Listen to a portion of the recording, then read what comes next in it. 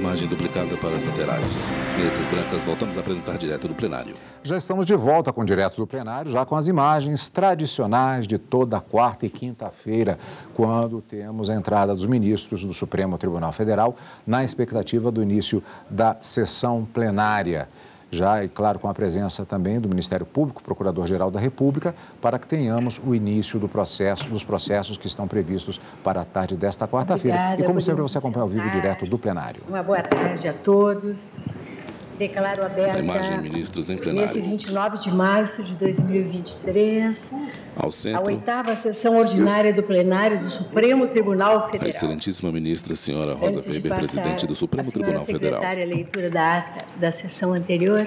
Só vou registrar que no último ao fundo, sábado, parede de mármore clara, com brasão ao 25 de centro. março, foi o dia da Constituição. E esse dia, 25 de março, foi imagem aberta, vista dos ministros, do seu lado direito, do seu lado esquerdo, outorga da e ao primeira fundo parte Constituição do Imperial cenário do do Brasil plenário. por Dom Pedro I. Faria 199 anos. Ministra Rosa Weber, presidente do STF. A outorga ocorreu em 25 de março de 1824. A excelentíssima ministra, Só senhora esse Rosa registro, e Weber, agora eu está sentada passo à ao senhora centro da mesa. secretária a palavra para a leitura Veste da ata preto da e usa sessão também anterior. toga preta sobre os ombros. Ata da 8ª sessão extraordinária do plenário do Supremo Tribunal Federal, realizada em 23 de março de 2023. Presidência da senhora ministra Rosa Weber. De pé no presentes plenário, à na esquerda sessão, da os senhores excelentíssima senhora ministros ministra Gilmar presidente, Mendes, Ricardo Carmen Lília Oliveira de Lewandowski, Souza, Dias assessora-chefe do Toffoli, plenário. Luiz Fux, Roberto Barroso, Edson Fachin, Alexandre de Moraes, Nunes Marques e André Mendonça. Ausente, justificadamente, a senhora ministra Carmen Lúcia. Procurador-Geral da República, doutor Antônio Augusto Brandão de Aras. Abriu-se a sessão às 14 horas e 44 minutos, sendo lida e aprovada a ata da sessão anterior. Pergunto aos eminentes pares se há alguma observação, alguma complementação. Então, nada havendo, declaro aprovada a ata e chamo para continuidade de julgamento as ações diretas de inconstitucionalidade 5549 e 6270, sob a relatoria do eminente ministro Luiz Fux. São ações diretas. Em rodapé, julgamento conjunto ADI 5549 e ADI 6270. Da Agenda da ONU 2030. Consta da nossa papeleta. A rigor, só da papeleta consta o voto do eminente relator, eminente ministro Fux, conhecendo integralmente da ação 5549, julgando improcedente o pedido, acompanhado pelos ministros André Mendonça, Nunes Marques e Alexandre de Moraes, e o voto do ministro Edson Fachin, conhecendo integralmente da ação e julgando procedente o pedido.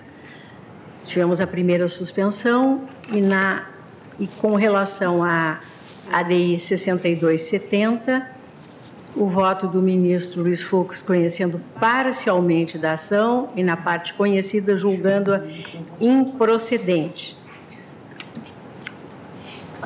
acompanhado também pelos ministros André Mendonça, Nunes Marques e Alexandre de Moraes, e o ministro Edson Fachin, acompanhando o relator no conhecimento parcial da ação, mas na parte conhecida julgando procedente o pedido.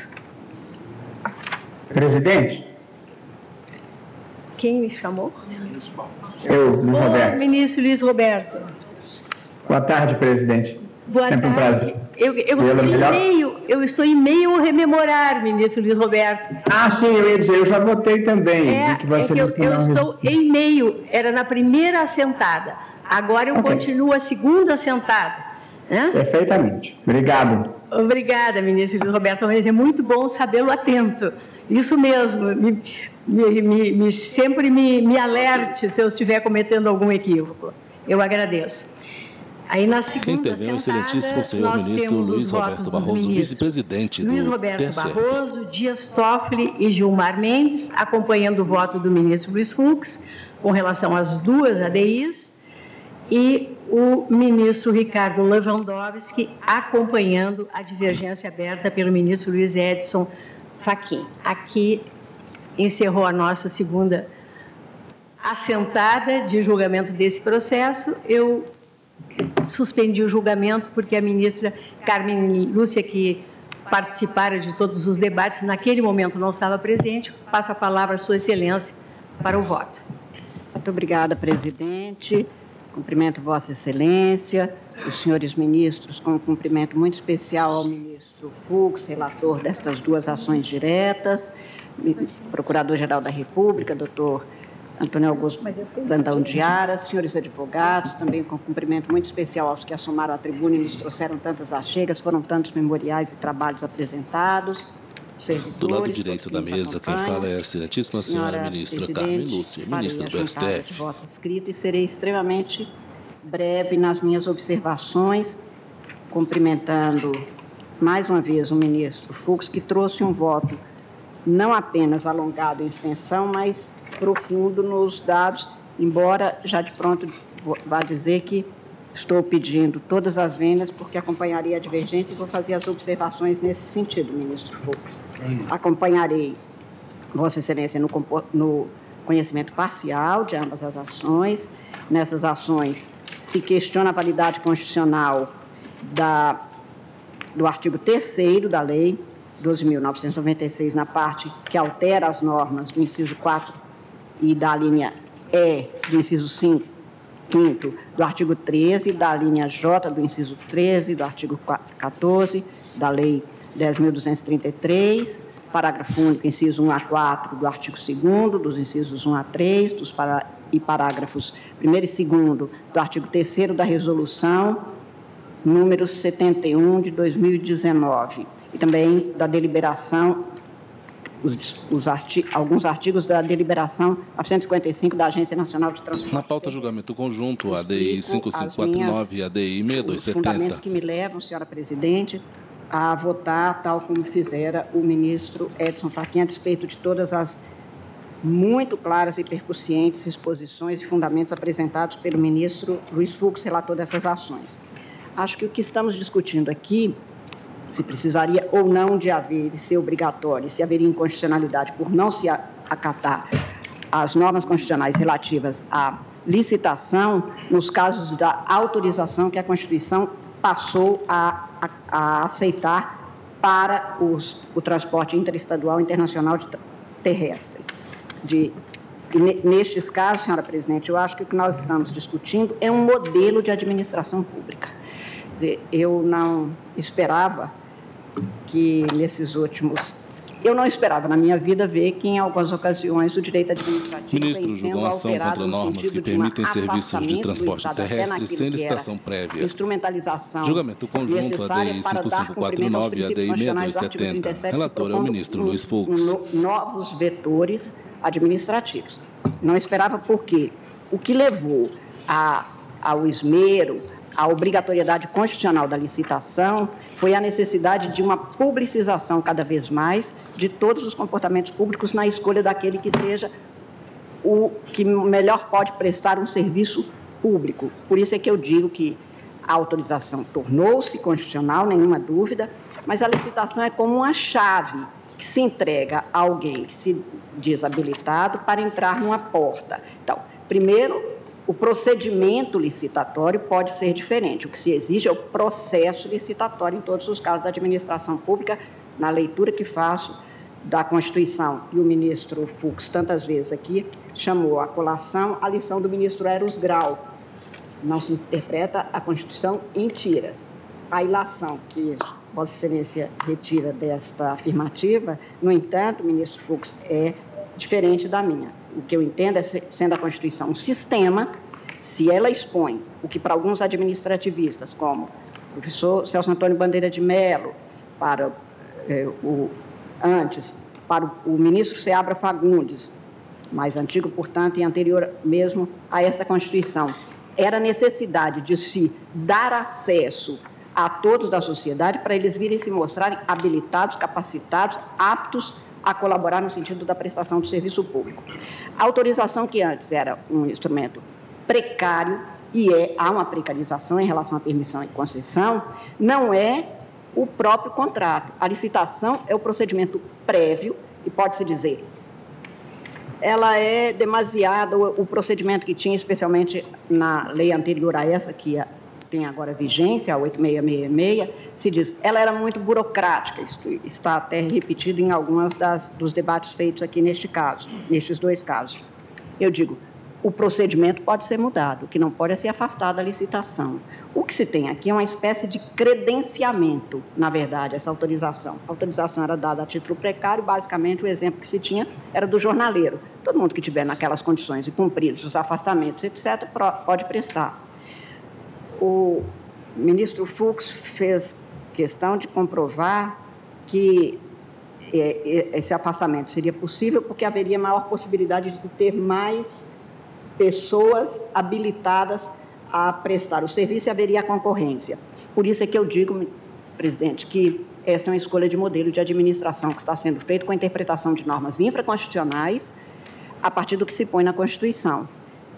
Porque o que eu tenho que levar em consideração não é o mercado, que eu não sei nem quem é essa mão invisível, mas que volta e meia, não apenas aperta a mão do Estado, mas muitas vezes aperta a garganta do cidadão não prestando o serviço adequado. Eu não tenho nenhuma dúvida que para alguns locais, a pauta julgamento conjunto ADIS 5549 e 6270, ambos de relatoria do ministro, excelentíssimo senhor ministro Luiz Fux. Que o que se busca é a melhor prestação do serviço público para o público.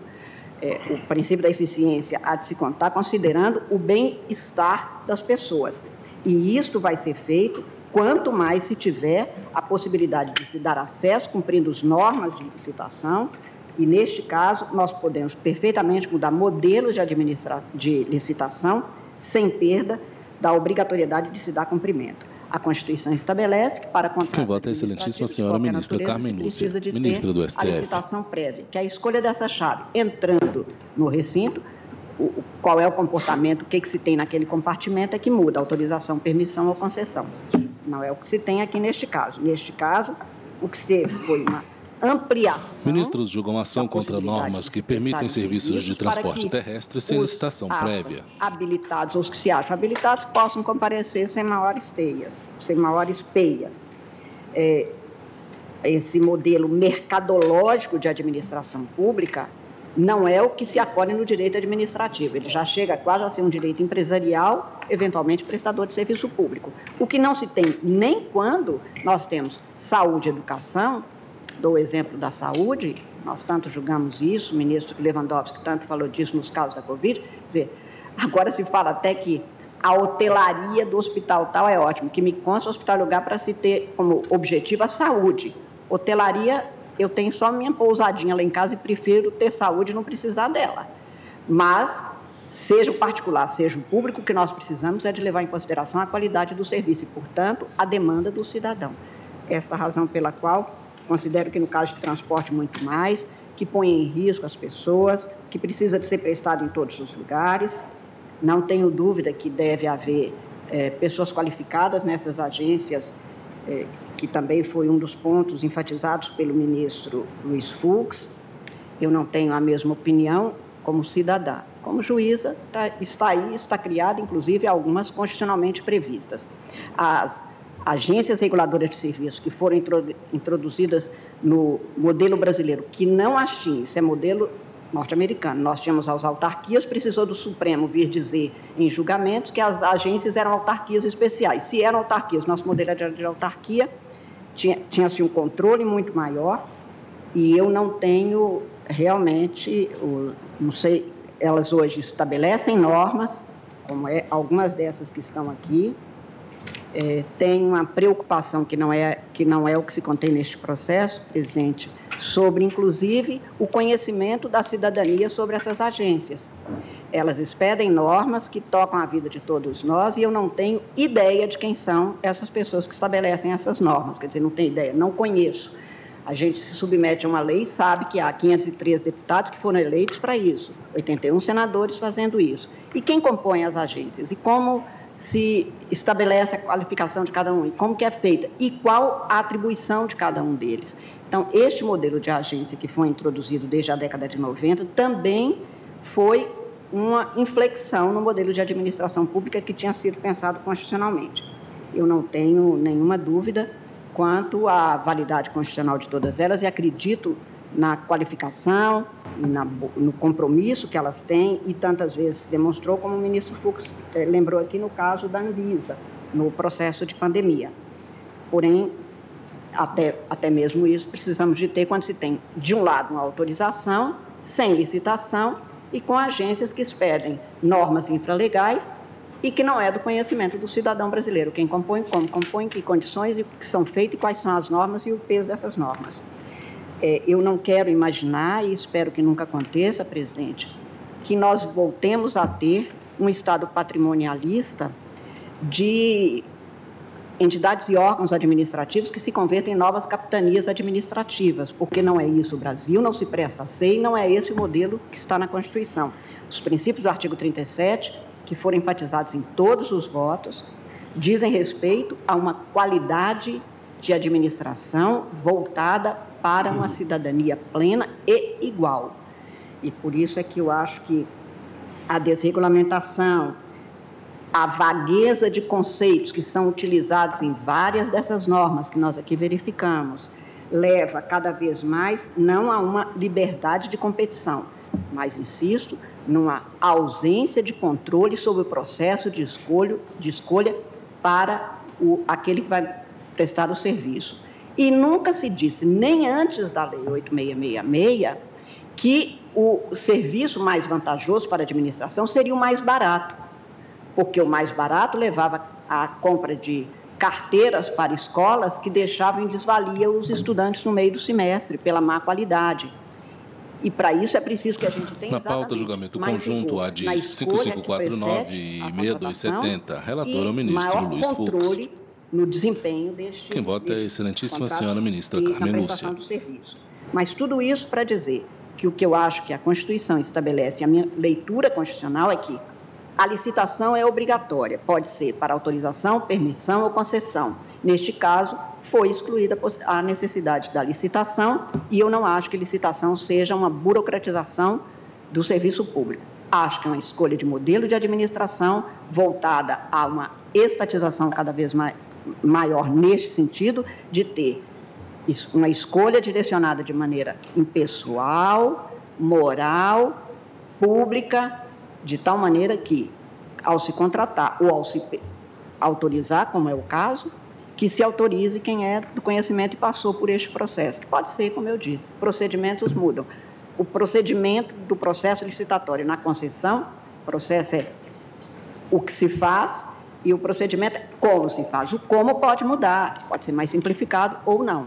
O que eu não acho que se possa é eliminar a necessidade que aqui acabou acontecendo e, por essa razão, como eu disse, fazendo a juntada do meu voto escrito e com todas as vênias ao eminente ministro relator, eu estou conhecendo parcialmente das ações e julgando-as procedentes nos termos do voto do ministro, inaugurado pelo ministro Edson Fachin, e é como voto, senhora presidente, agradecendo a enorme gentileza de Vossa Excelência de, sabendo da minha impossibilidade, ter me permitido votar. Muito obrigada.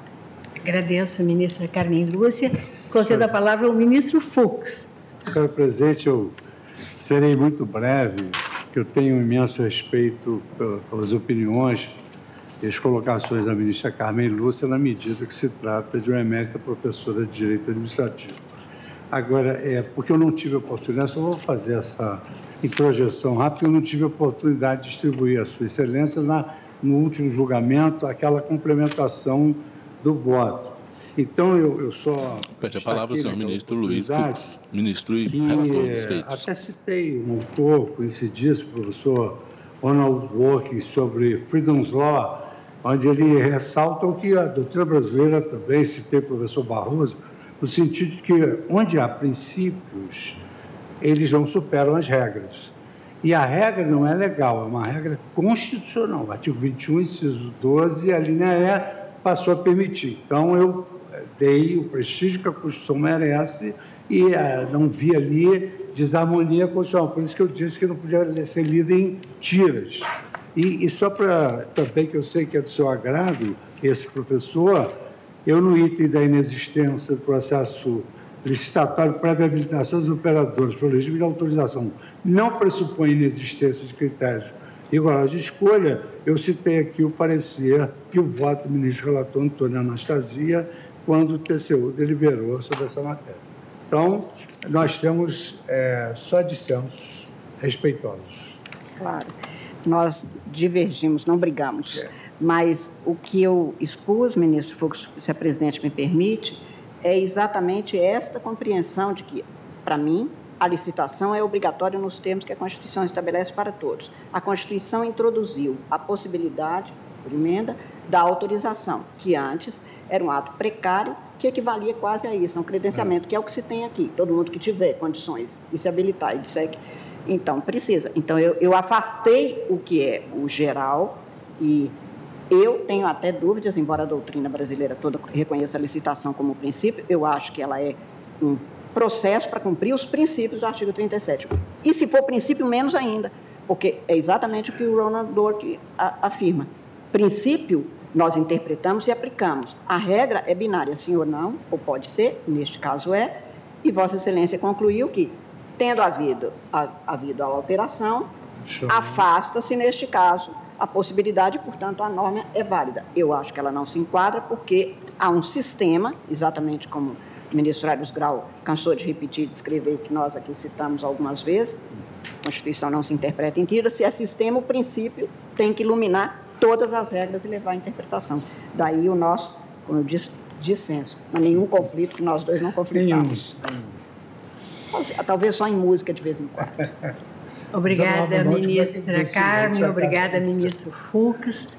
Cabe-me votar. O assunto foi muitíssimo bem debatido, as posições são todas extremamente respeitáveis, mas eu vou me eximir de expor o meu voto, porque nós temos ainda que dar continuidade aos demais julgamentos. E porque, de fato, a matéria foi exaurida a partir de um voto brilhantíssimo do ministro Fux, né, uma divergência não menos brilhante, aberta pelo ministro Luiz Edson Fachin e pelos votos todos que se seguiram. E depois, é importante dizer, de excelentes sustentações orais que mais ainda contribuíram ao cumprimento todos os advogados e advogadas que as produziram, né? E que nos permitiram ainda uma reflexão maior. Mas eu também tenho uma visão mais ortodoxa do direito administrativo. Eu entendo indispensável a licitação à luz da Constituição, e a ministra Carmen Lúcia é a minha administrativista predileta.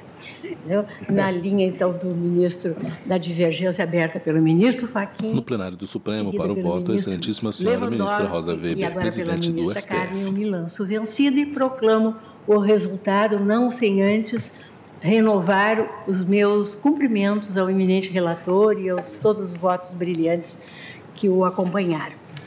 Proclamo, com relação à ADI 5549, que ela foi conhecida integralmente e julgada improcedente por maioria nos termos do voto do eminente relator e com o obter dictum relativo ao entendimento de que o Poder Executivo e a ANTT devem providenciar as formalidades complementares introjetadas no acórdão do Tribunal de Contas da União e na Lei 14.298, de 22.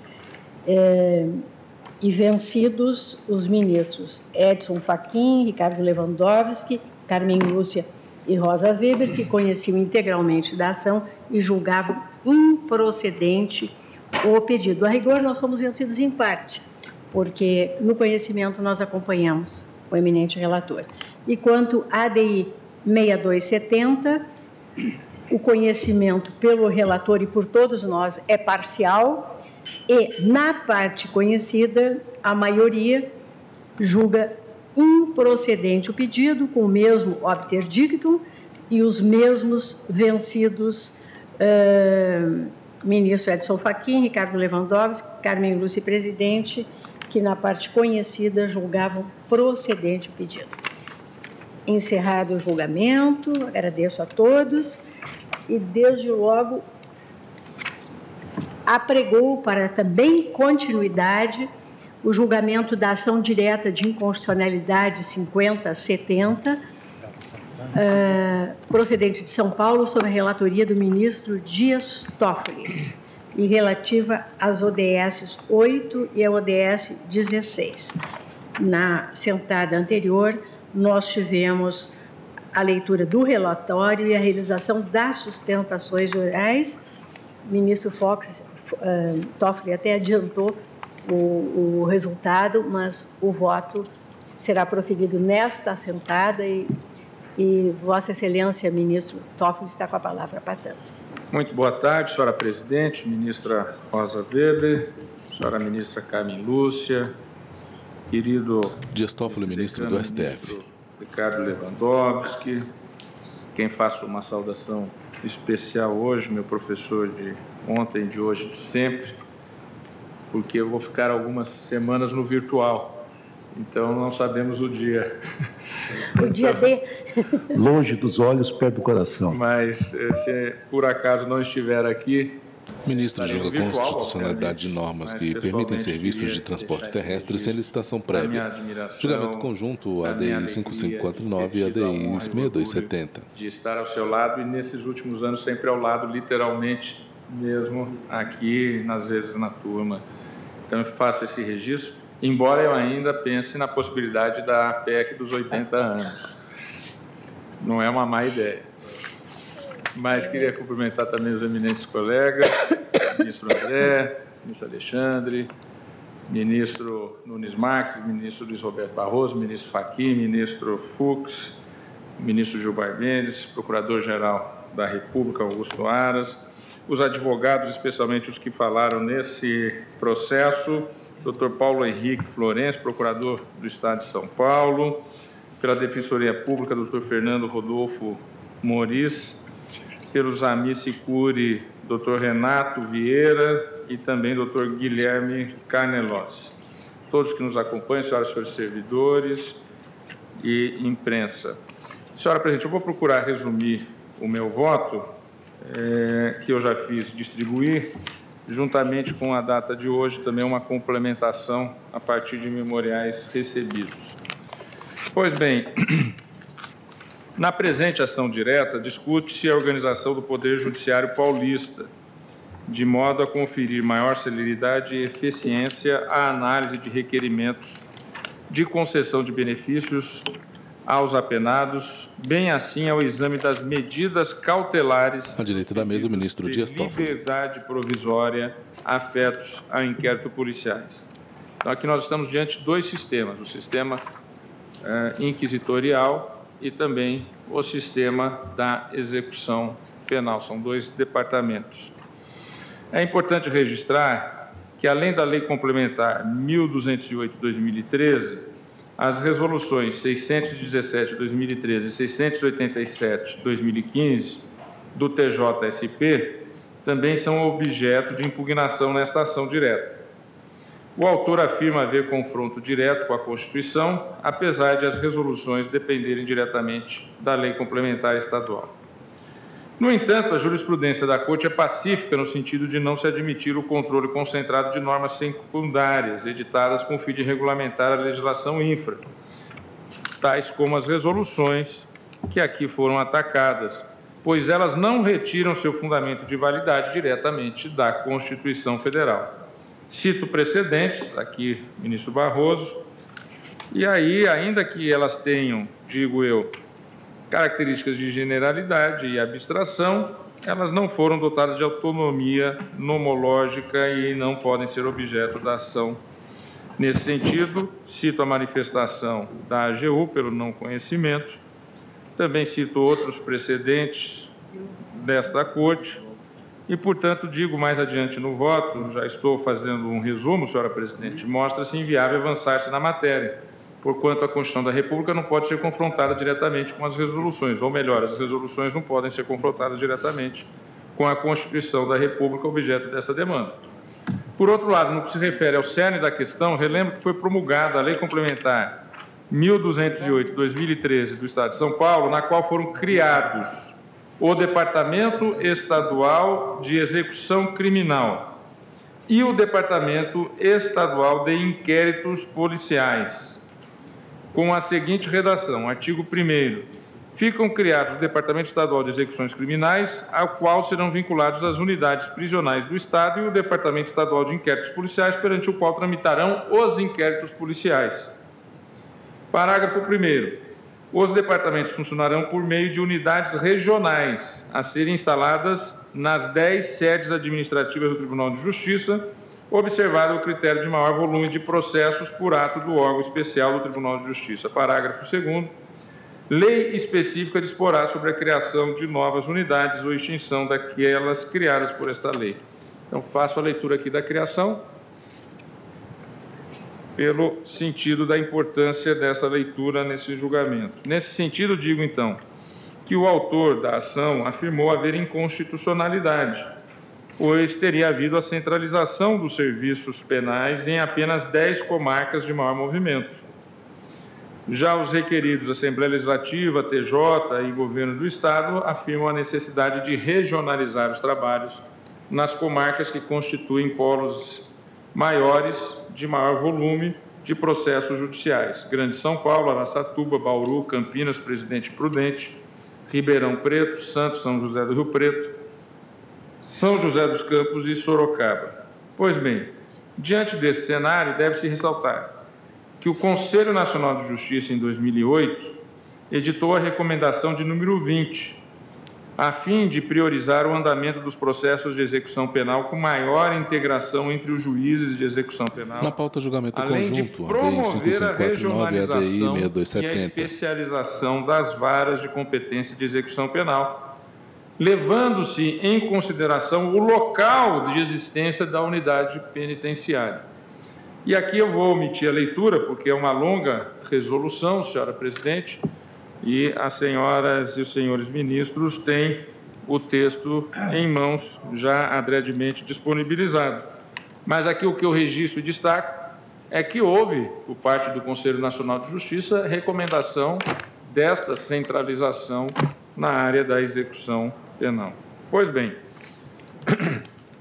feita a transcrição da citada resolução CNJ, digo então que nesse diapasão cumpre salientar que, ao julgar a ação direta 4.414, na qual se discutiu a constitucionalidade de uma lei do Estado de Alagoas que conferiu a uma única vara criminal a competência territorial para atuar em todo aquele Estado contra o crime organizado, o ministro Luiz Fux, relator do feito, consignou em seu voto o seguinte, e aqui vou fazer leitura de trechos da transcrição. Uma premissa deve ser, abro aspas, uma premissa deve ser firmada desde logo. Não há qualquer inconstitucionalidade na criação pelos Estados de varas especializadas em razão de matéria, seja no âmbito civil, seja na seara penal. Trata-se de salutar reserva de competência estadual, pois não haveria melhor forma de adequar a prestação às necessidades, carências e vicissitudes apresentadas em cada região. A transcrição é maior. Quem fala é o excelentíssimo senhor ministro Dias Toffoli. Não existe, disse Sua Excelência, um princípio da territorialidade na forma estruturada pela parte demandante, a exigir a limitação da competência da vara criminal a apenas uma comarca. Nem se configura na hipótese malferimento ao princípio do juiz natural, artigo 5º, 53, visto que os critérios de determinação da competência da 17ª Vara Criminal de Alagoas são abstratos e prévios ao cometimento da infração penal. Isso significa que é compatível com a Carta Magna o quanto disposto no caput do artigo 1º da Lei Alagoana. A transcrição no voto é um pouco mais extensa, mas fiz uma leitura de apenas alguns trechos. E digo eu, então, dessa maneira, deve-se ressaltar que o Supremo Tribunal Federal já tem o entendimento de que a simples criação de varas especializadas ou com concentração de competência ou competência mais ampla ou mais restrita a um determinado território não afronta o texto da Carta Magna. Com efeito, a possibilidade de especialização de varas com atuação em determinado território é reconhecida de forma pacífica pela Corte, como se pode aprender dos seguintes precedentes. E aí, a partir das folhas 9 do meu voto, eu cito vários desses precedentes até a folha 13.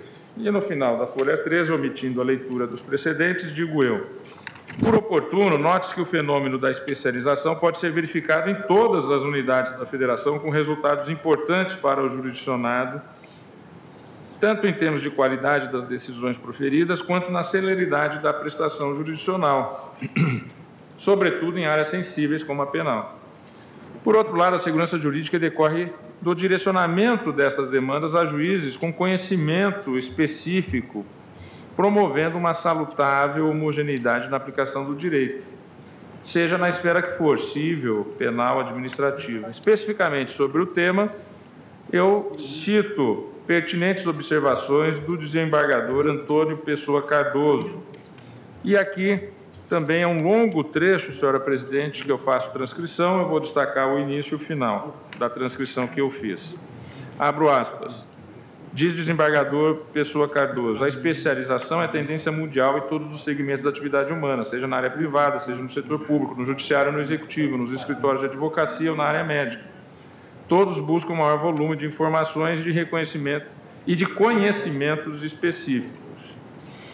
E, mais adiante, diz, ele vai citando exemplos ocorridos no Rio de Janeiro, juízos agrários que foram criados no Paraná, Minas Gerais, Santa Catarina, Bahia, Pará, Maranhão, Minas Gerais, Mato Grosso do Sul, e vai descrevendo sobre essas especializações. Também diz que o Ministério Público tem sido mais consciente. No Maranhão tem a Promotoria Especializada de Defesa dos Direitos da Pessoa com Deficiência, e por aí segue a sua manifestação, que eu omito a leitura da íntegra da transcrição. Também, na mesma linha, destaco o desembargador César Ciampolini, do Tribunal de Justiça de São Paulo, e a professora da minha faculdade, da Faculdade de Direito da Universidade de São Paulo, doutora Paula Forgione, também destacando a importância da especialização judicial no campo do direito empresarial. E aí diz, também vou destacar apenas alguns trechos da transcrição. São Paulo foi pioneiro na especialização do judiciário brasileiro em direito empresarial. A consolidação dos casos comerciais de arbitragem do Estado com maior economia e número de processos do país possibilitou a formação de jurisprudência atenta às dinâmicas de mercado e às suas especificidades. O Judiciário paulista está fazendo a sua parte, fomentando a segurança jurídica do sistema e revertendo a devida tendência de enxergar as relações empresariais pelas lentes do direito do consumidor. Permite-se aos agentes econômicos conhecerem de antemão as normas que regem sua atividade, melhorando o cálculo dos riscos e custos envolvidos. E por aí segue. Eu fecho, então, a citação, senhora presidente, que é um pouco mais longa, e vou às minhas palavras no voto. No presente caso, o próprio Conselho Nacional de Justiça clamou aos tribunais por celeridade e especialização, com regionalização, indicando a necessidade de medidas de priorizar o andamento dos processos de execução penal, bem como os inquéritos policiais. Então, desde logo, há, para mim, está devidamente justificada a criação dos órgãos jurisdicionais objeto da presente ação direta de inconstitucionalidade. Ministros julgam criação do Departamento Estadual de Execuções Criminais e do Departamento Estadual de Inquéritos Policiais no Judiciário de São Paulo, e 125 da Constituição da República. E aí eu relembro que esta Corte já decidiu que criação de varas especializadas, aqui um pouco de redundância, cito mais exemplos dessas especializações. Mais adiante, já passando da metade do voto, indo ao final, eu digo também que o Supremo já assentou em diversas oportunidades que Estados-membros detêm competência legislativa para dispor sobre a abrangência territorial dos órgãos jurisdicionais situados dentro da sua esfera federativa por tratar-se de matéria pertinente à organização judiciária local. E aqui eu cito, além da já citada ação direta 4414 de relatoria do ministro Luiz Fux, que eu acompanhei Sua Excelência, assim como a Corte, em sua maioria, eu também cito discussões travadas na ação direta 1218 da relatoria do saudoso ministro Maurício Correia, que, salvo engano, é a cadeira que o ministro Fux senta, tendo na passagem entre eles, o ministro Eros Grau. O Eros, e antes do Eros Grau, o ministro Maurício Correia. Um grande amigo também. Uma pessoa extremamente querida e importante na história da redemocratização brasileira. Cito aqui, então, o precedente de Maurício, não vou fazer a leitura, mas faço esse registro querido desse saudoso jurista brasileiro. Pois bem, no que diz respeito à criação e abrangência territorial dos órgãos jurisdicionais objeto da presente ação, não vejo nenhuma inconstitucionalidade. E aí eu vou justificar. As medidas adotadas pelo TJ de São Paulo mostram-se consentâneas com a jurisprudência citada da Corte, também com os reclamos do Conselho Nacional de Justiça e suas orientações. E digo que outro ponto questionado pelo autor e que merece detida reflexão é a forma como a lei impugnada designa magistrados para atuarem nos referidos órgãos judiciais. E aqui eu vou pedir licença para um pouco mais de extensão na leitura do voto. Como ponto de partida para o exame da questão, reproduzo o fragmento da norma em que se questiona exatamente a forma de designação. Trata-se do parágrafo 3º do artigo 1º da Lei Complementar Paulista. Diz ele: o Conselho Superior da Magistratura designará os juízes que atuarão no Departamento Estadual de Execuções Criminais e no Departamento Estadual de Inquéritos Policiais, bem como o corregedor permanente de presídios em cada unidade regional. Na pauta e o corregedor permanente da Polícia Judiciária mediante inscrição dos juízes interessados, observado o histórico profissional. Fecho aspas. Digo então, senhora presidente, senhoras ministras, senhores ministros, como é do conhecimento geral, esta Corte também já decidiu que são inconstitucionais normas estaduais que atribuam aos órgãos de cúpula do Judiciário a indicação de juízes para prestarem jurisdição em varas especializadas. Uma coisa é a criação, outra a indicação. E 2, que estabeleçam prazo para a ocupação da titularidade de uma determinada vara, por afronta, evidentemente, ao princípio da inamovibilidade. E aqui também volto a citar a já multicitada ação direta 4414 do ministro Luiz Fux. Aí vou pedir licença à Sua Excelência para não fazer a leitura do alongado trecho de 3 páginas que cita do voto de Sua Excelência, que é de conhecimento de toda a Corte. E lá já as folhas 23 do voto, então volto a dizer em minhas palavras: transportadas as premissas do voto do ministro Luiz Fux, naquela ADIM 4414, no seu magnífico voto acima reproduzido para o caso em debate, deve-se realizar desde logo uma distinção. O tribunal goza de plena autonomia para designar juízes substitutos. Não há como tirar do tribunal a possibilidade de designar juízes substitutos. Que, evidentemente, nas hipóteses, assim como os juízes auxiliares e substitutos nas hipóteses de licença, de algum tipo de impossibilidade ou de ausência do titular, férias, etc., o tribunal tem que designar quem vai responder, seja como juiz substituto, seja como juiz auxiliares. E também por acúmulo de serviço. Nesse sentido, eu cito aqui agora aquilo que foi proferido no voto condutor do MS 33.078, do querido professor ministro Ricardo Lewandowski, cujo objeto girou em torno de uma pretensa, porém inexistente, inamovibilidade de juízes auxiliares da capital dentro do território da cidade de São Paulo. Situação diversa, vedada pela jurisprudência acima referida, é a indicação de juízes para atuarem nos órgãos judiciais objeto da demanda pelo Conselho Superior da Magistratura Paulista, mediante inscrição, observado o histórico profissional, que é o que dispõe a atacada aqui, Lei Complementar, em seu parágrafo 3º do seu artigo 1º. Uma vez que isso está em desacordo com as regras constitucionais que regem o acesso de magistrados aos órgãos judiciais, afrontando o 93 da Constituição. Note-se que a referida sistemática se contrapõe à própria lógica da criação Dias Toffoli, ministro do STF, relator do feito. Do que recomendado pelo CNJ, uma vez que se reclama a atuação permanente de juízes vocacionados, que deverão acumular conhecimento ao longo do tempo para o aperfeiçoamento da atividade judicante, bem como realizar o planejamento e a coordenação dos serviços judiciários de modo contínuo e não com interrupção bienal.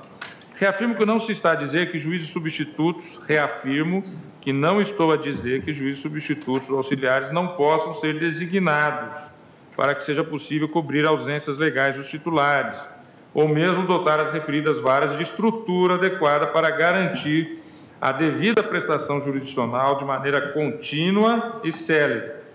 Da mesma forma, não se trata de impedir que juízes titulares de outras varas cumulem as funções inerentes aos órgãos judiciais em apreço, de forma transitória, em razão das já mencionadas ausências de juízes titulares. Obviamente, se ninguém se direcionar a essas varas, haverá de se ter designação de juízes titulares de maneira cumulativa com outras funções que já existem. O que eu digo é que, daquilo que estudei, da jurisprudência e dos precedentes dessa Suprema Corte, o que ela desaconselha é a indicação de juízes fora das hipóteses de concurso e com mandato para atuar nos referidos órgãos jurisdicionais por meio de processo seletivo, conduzido pelo Conselho Superior da Magistratura.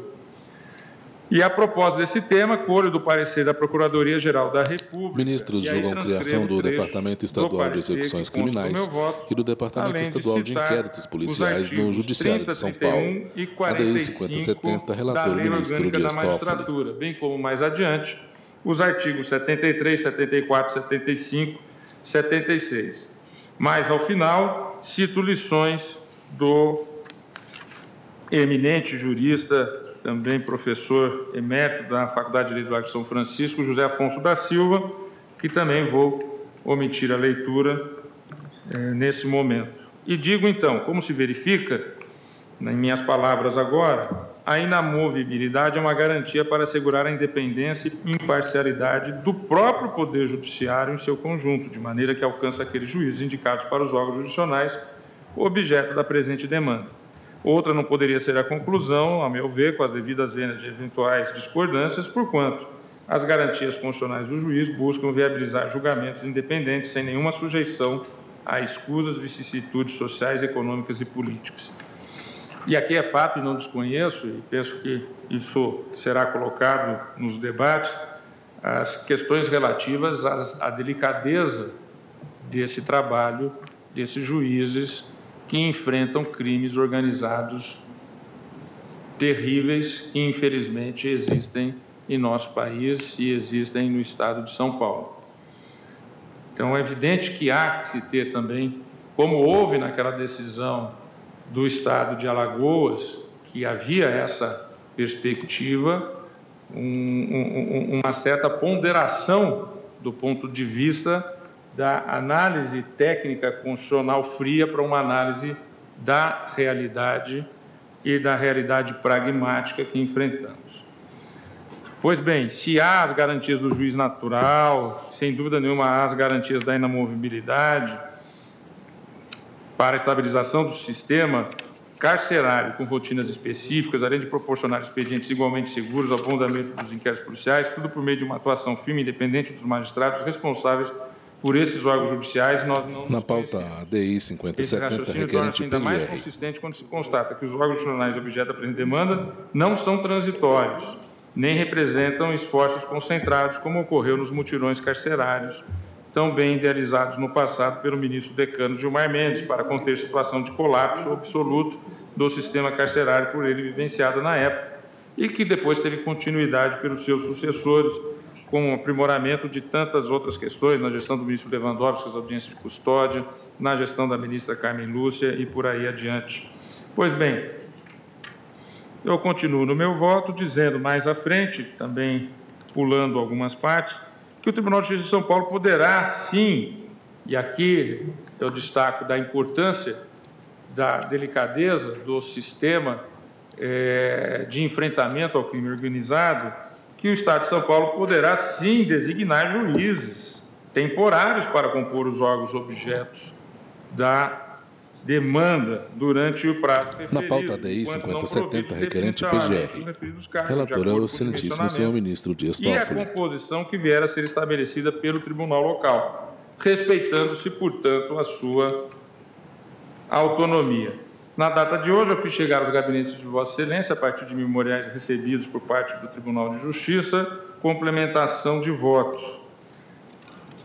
De maneira geral, digo então, a eficiência na implantação do DECRIM pode ser constatada a partir da significativa redução do tempo de análise dos benefícios da população carcerária do Estado de São Paulo. Aqui o destaque para a celeridade que o DECRIM trouxe para a análise dos benefícios e dos pedidos dos presos. De acordo com informações oficiais transmitidas pelo TJSP e mencionadas da tribuna deste Supremo Tribunal Federal pelo diligente procurador do Estado que realizou a sustentação oral, o tempo médio que em 2014, ano da implementação do DECRIM, correspondia a 9 meses, foi reduzido a 14 dias. Além disso, houve redução de 7% da população carcerária no período. Evidentemente que isso em razão de análises mais céleres, dando a liberdade no tempo certo. De 212 mil para aproximadamente 197 mil, de acordo com informações da Secretaria de Administração Penitenciária, isso no mês de março de 2023, que são os dados. Destaco ainda que o prazo médio de julgamento de benefícios prisionais nos processos em tramitação nas unidades regionais do DECRIM passou a ser de apenas 14 dias entre o protocolo do pedido e a decisão judicial. Da mesma forma, o tempo médio de decisão a partir da juntada do laudo de exame criminológico diminuiu para 15 dias. São, portanto, dados objetivos que demonstram benefícios auferidos para exatamente os jurisdicionados a partir da implementação do DECRIM, o que repercute em todo o sistema prisional, de maneira a evitar, sem dúvida nenhuma, e isso evita manifestações de motins, de rebeliões, que eram causados pela demora na apreciação de benefícios e na tramitação das execuções.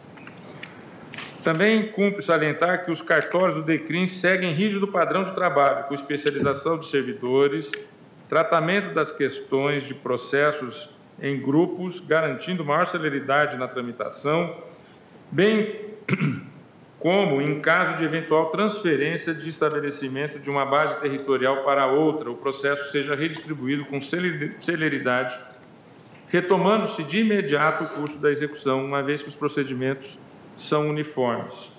Por fim, registre-se que o fato de o DECRIM ser regionalizado também diminui a frequência de transferência de processos entre unidades judiciárias, pois o processo só migra de uma unidade para outra se o preso sair da base territorial respectiva, diferente do que ocorreria se fosse por várias, que sempre haveria, com a alteração da respectiva comarca, a necessidade de redistribuição do feito. Pois bem, quanto ao acesso ao Poder Judiciário, destaco que, em termos de estrutura, deve salientar que são 10 unidades regionais do DECRIM, uma em cada sede de região administrativa judiciária, bem que as referidas unidades são dotadas de competência para processos de execução criminal digitais ou digitalizados de presos em regime fechado e semiaberto.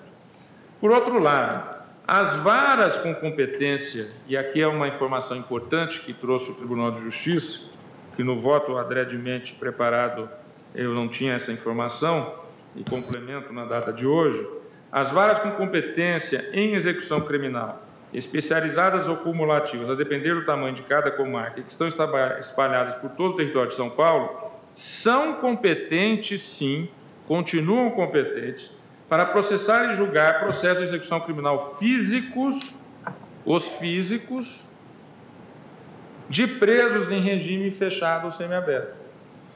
Houve destaques aqui da tribuna, eminentes manifestações que nos fazem... Quem fala é o excelentíssimo senhor ministro Dias Toffoli, relator da ADI 5070, requerente PGR. Defesa dos apenados, que não é pelo fato de terem cometido um delito e terem sido condenados que deixam de ter a dignidade de ser humano e estão a cumprir com a sua dívida com a justiça e com a sociedade. Mas, nesses casos em que os autos são físicos, eles continuam na respectiva localidade, exatamente porque, se o seu defensor está naquele local, ele tem o devido acesso, ou seja, não vai para a centralização ocorrida nesses 10 departamentos. Pois bem, e essas referidas varas respectivas são responsáveis pelos processos digitais ou físicos do regime aberto. O regime aberto não é centralizado. O regime aberto, quem está condenado ao regime aberto, seja o processo físico, seja o projeto digital, ele continua na respectiva comarca. Também os casos de livramento condicional, penas restritivas de direito, suspensão da execução da pena, sursis, medida de segurança de tratamento ambulatorial e acordos de não persecução penal. Penso que essa informação é muito importante para trazer aos eminentes colegas, que foi o que agregou o Tribunal de Justiça entre a sessão passada e o dia de hoje. Nesse sentido, portanto, deve-se ressaltar que os presos em regime aberto ou aqueles que estão em gozo de benefício são atendidos diretamente nas suas respectivas varas, que estão capilarizadas, por óbvio, em todo o Estado, não havendo em relação a estes casos nenhum impacto em termos de acesso à justiça a partir das instalações do DECRIM. E, portanto, senhora presidente, diante de todo o exposto, voto no sentido de dar apenas parcial procedência à ação direta, conhecendo-a em parte, porque não conheço em relação às resoluções, declarando a nulidade com redução de texto do dispositivo da Lei Complementar Estadual de São Paulo, número 1208/2012, que é o parágrafo 3º de seu artigo 1º, que vou omitir a leitura que já a fiz. Voto ainda pela modulação dos efeitos temporais da presente decisão, a fim de que ela produza efeitos apenas após o transcurso do prazo de 24 meses contados a partir da publicação da ata desse julgamento, na forma do artigo 27 da Lei 9868 de 1999. É como voto, senhora presidente, agradecendo a atenção de todos. Agradeço ao ministro Dias Toffoli e passo a colher os votos. Ministro Rosa Weber, presidente do STF. Pois não, ministro Luiz Roberto? Eu não vou votar, evidentemente, eu só gostaria de fazer uma observação para a reflexão, inclusive do relator. Pede a palavra por videoconferência o excelentíssimo ministro Luiz Roberto Barroso, vice-presidente do STF. Por fundadas razões doutrinárias, não conheceu da ação direta contra a resolução, ato normativo secundário. Porém, a resolução tem um dispositivo, e é esse o ponto que eu queria atacar, é o artigo 5º, parágrafo 2º, que diz assim: cessará a designação antes do término do biênio previsto no caput, a pedido do próprio juiz, está tudo bem, ou por motivo de relevante interesse público a critério do Conselho Superior da Magistratura. E aí, pela mesma lógica adotada pelo eminente relator, se não pode discricionariedade para nomear, em nome da inamovibilidade, por evidente, também não pode discricionariedade para remover. Então, apenas para nossa reflexão, como nós não estamos, ou a proposta do relator é não conhecer da resolução, apenas no debate e eventualmente num obter dictum, dizer que não conheceu, mas pela mesma lógica, não tem discricionariedade para indicar, mas também, evidentemente, não tem para destituir. É só essa reflexão, presidente, para amadurecer a ideia e já deixar o eminente relator prevenido para considerar esse ponto. Muito obrigado. Obrigada, ministro Luiz Roberto. Colho agora o voto do ministro André Mendonça. Minha saudação, senhora presidente, também à eminente ministra Carmen Lúcia, ao eminente relator, a quem antecipo meu reconhecimento pelo brilhante voto trazido, na sua fundamentação, nas justificativas, no plenário da Corte, o ministro André Mendonça, ainda que sintética, que elucida aspectos que ele considera mais relevantes para a nossa consideração em juízo oral, também por sua retificação de voto, que traz dados e elementos que até então nós não havíamos, de modo mais detido, ao menos eu, considerado. Minha saudação aos eminentes pares, que aqui também se fazem presentes, tanto presencialmente como virtualmente. Eminente Procurador-Geral da República, nobres advogados, advogadas, servidores e servidoras. Eu antecipo que acompanharei Sua Excelência, eminente relator, também na questão do conhecimento parcial, razão pela qual deixo de conhecer as resoluções respectivas. Na questão meritória, assim como o eminente relator, conseguindo o bom precedente que nós temos a partir do julgado na ADI, relatada pelo ministro Luiz Fux, de número 4414. Em vários momentos do meu voto faço referência a esse julgado. O ministro Fux chamou-me também a atenção a questão de, não obstante um aumento do número de processos em execução criminal no Estado de São Paulo, nos 10 anos de vigência da lei questionada, ter havido uma redução no tempo e também no quantitativo de presos, o que demonstra que a eficiência judicial esteve bastante presente e em consonância até mesmo a diretrizes já estabelecidas pelo CNJ. O ponto de questionamento que eu considero válido quanto à constitucionalidade da Lei Complementar Paulista diz respeito justamente ao processo seletivo, que consideraria um critério do histórico profissional, que considero por demais subjetivo de análise, e nesse ponto, além da questão da objetividade, prejudicariam a própria impessoalidade, a invariância e o critério de previsibilidade e cognoscibilidade do preenchimento dessas unidades regionais, em ofensa, portanto, ao princípio do juiz natural, razão pela qual acompanho integralmente o mérito da decisão, pelo conhecimento, logicamente, parcial, como disse, mas o julgamento de parcial procedência do pedido, no que tange especificamente ao parágrafo 3º do artigo 1º da lei complementar questionada. Assim como Sua Excelência, o eminente relator, acompanho também a modulação temporal de 24 meses e, sem antecipar um juízo definitivo, acho que entendo que a bem levantada questão trazida pelo eminente ministro Luiz Roberto Barroso, ela se resolve a partir de um juízo de reflexão daquilo que vier a ser decidido no âmbito desse julgamento, nas normas regulamentares correspondentes, que, na medida dessa extensão do julgamento, deverão ser, logicamente, reeditadas e adaptadas no seu conteúdo. Exatamente nesse sentido foi minha reflexão. É evidente que, uma vez glosando o parágrafo 3º do artigo 1º, se assim entender a maioria, a resolução da parte do Conselho Superior da Magistratura.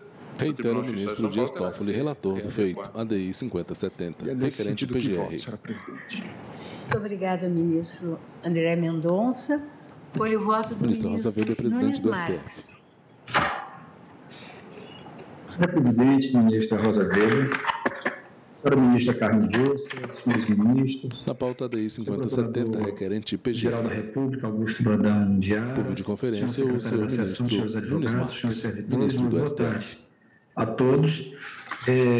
Acompanho o eminente relator quanto ao fundo da imagem, céu azul da catedral, e céu parcialmente nublado. O ministro Luiz Roberto Barroso, eu compreendi o voto... Fachada do Supremo Tribunal Federal ao fundo. Que é o momento que ele declara... Ministros julgam criação do Departamento Estadual de Execuções Criminais, também do Departamento Estadual de Inquéritos Policiais, no Rio de Janeiro, a parte São que Paulo. Permanece, porque o parágrafo 3º, e isso eu já adianto que acompanharei integralmente o voto do eminente relator, mas apenas com uma sugestão em relação à parte dispositiva. Parágrafo 3º traz a expressão juízes. E como bem posicionou o relator, dentre esses juízes estão os titulares e os auxiliares. Os juízes titulares, eles não podem ser designados, permaneceria a admissibilidade da resolução, porque se não podem ser designados, não há que se falar em destituição. Mas podem ser designados os juízes auxiliares, e remanesce a parte, aí a preocupação de Sua Excelência, a parte da resolução que pode destituí-los.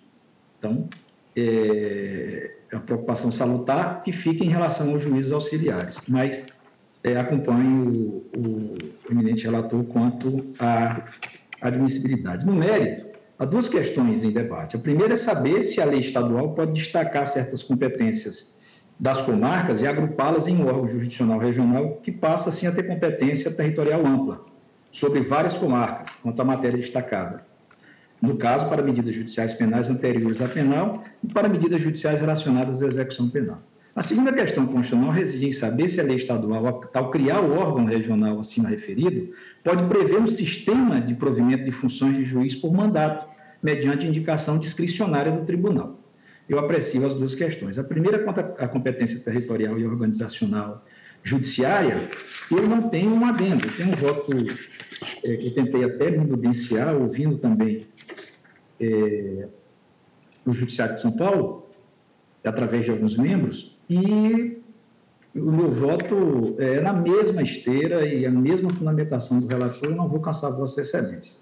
Em relação ao provimento precário de unidade judiciária de primeiro grau, que é a segunda questão constitucional que se enfrenta, que é o problema do provimento de cargos do Departamento Estadual de Execuções Criminais e do Departamento Estadual de Inquéritos Policiais, parece-me que a solução legislativa estadual é, ao menos em parte, inconstitucional.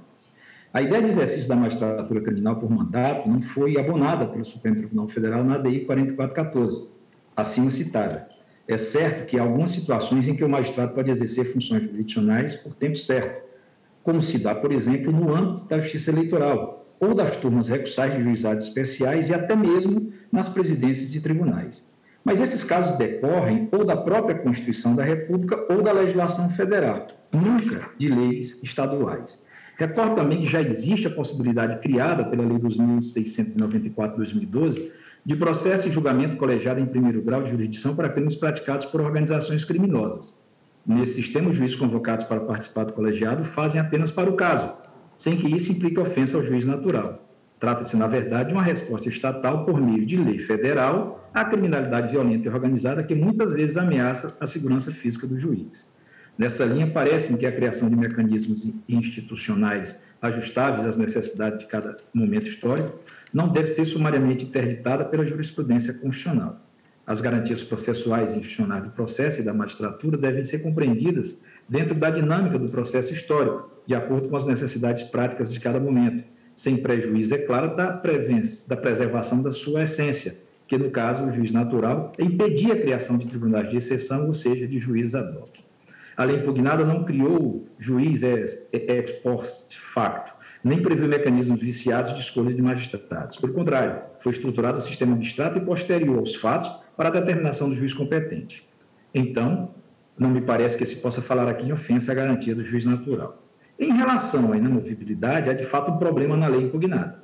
A Lei Complementar 1208 de 2013 tem apenas um dispositivo sobre a forma de provimento de cargos do juiz do Departamento Estadual de Execuções Criminais e do Departamento Estadual de Inquéritos Policiais, que está exatamente no parágrafo 3º do artigo 1º, onde ele diz: o Conselho Superior da Magistratura designará juízes que atuarão no Departamento Estadual de Execução Criminais e no Departamento Estadual de Inquéritos, bem como o corregedor permanente de presídios em cada unidade regional e o corregedor permanente da Polícia Judiciária, mediante inscrição dos juízes interessados, observado o histórico profissional. A Resolução 613 de 2013 do TJ São Paulo, no artigo 5º, extrapolando, ao meu ver, o que dispõe a lei, criou a figura do mandato de 2 anos. Ora, se um órgão jurisdicional novo, criado no primeiro grau, ele precisa ser provido por um ou mais juízes titulares, seria atípica a existência de um órgão jurisdicional permanente dotado de uma competência jurisdicional específica, não ter sequer um juiz titular, tanto mais se não há na Constituição ou mesmo na legislação federal qualquer indício de que se possa conceber tal órgão acéfalo de composição periódica. Por outro lado, não se pode excluir o fato de que apenas um juiz titular pode não dar conta de todo o trabalho a ser desenvolvido nos departamentos criados. Então, me parece que a utilização de juízes auxiliares ao lado do juiz titular do departamento pode ser uma alternativa viável, sobretudo para as unidades maiores ou para situações de substituição do titular, impedimento, férias, licenças, afastamentos em geral. Para ilustrar o que eu digo, trago aqui alguns dados da atual situação do Departamento de Execução Criminal. Na unidade da capital de São Paulo, há hoje um juiz coordenador e 5 juízes auxiliares, mais 3 juízes suplentes. Na unidade de Bauru, há um juiz e 5 juízes auxiliares. Nas outras unidades, há sempre um coordenador e 50-70, ministros julgam criação do Departamento Estadual de Execuções Criminais e do Departamento Estadual de Inquéritos Policiais do Judiciário de São Paulo. Parece que, quanto ao coordenador, essa sistemática viola o princípio do juiz natural e a garantia da inamovibilidade, porque o provimento precário de cargo torna frágil a estabilidade do agente no órgão jurisdicional. A unidade judiciária precisa ter ao menos um titular permanente, porque esse é o modelo constitucional dos órgãos jurisdicionais singulares de primeiro grau, a ponto de a Constituição até mesmo indicar o local da residência do juiz titular no inciso 7 do artigo 93. Logo, reputa inconstitucional a indicação temporária e discricionária dos juízes titulares das unidades do Departamento Estadual de Execução Criminal e dos juízes titulares das unidades do Departamento Estadual de Inquéritos Policiais. Mas não vejo qualquer inconstitucionalidade na designação temporária de juízes auxiliares para esses órgãos, conforme a necessidade do serviço. Em primeiro lugar, porque os juízes que serão designados para as funções de auxílio na execução criminal e no âmbito dos inquéritos deverão, eles mesmos, candidatarem-se a tanto, ou seja, não há remoção forçada para a função. Além disso, o candidato ao exercício da função auxiliar saberá previamente que cumprirá uma função temporária. O retorno do juiz às suas atribuições originais, ao final do tempo de convocação, não pode ser equiparado a uma remoção compulsória. É, sim, um movimento administrativo natural, objetivo e esperado. Muitas funções são exercidas pelos juízes nessas circunstâncias, tais como a de um juiz convocado em tribunal. Não se pode vir nisso uma ofensa à inamovibilidade ao princípio do juiz natural com a devida vênia. Essa Corte tem inúmeros precedentes no sentido de considerar compatível com a Constituição a convocação de juízes de primeiro grau para integrar temporariamente tribunais do segundo grau. Por maioria de razão, o juiz de primeiro grau pode ser convocado para prestar auxílio temporário em uma unidade de primeiro grau, desde que a tanto o próprio magistrado se candidate. Precedente é o extraordinário 597.100. Na pauta DI 5070, requerente PGR. Julgado em 17 de... O voto é o excelentíssimo senhor ministro Nunes Marques. Logo estou de pleno acordo com a fundamentação do relator, mas apenas pondero. Quanto à conclusão, e aí,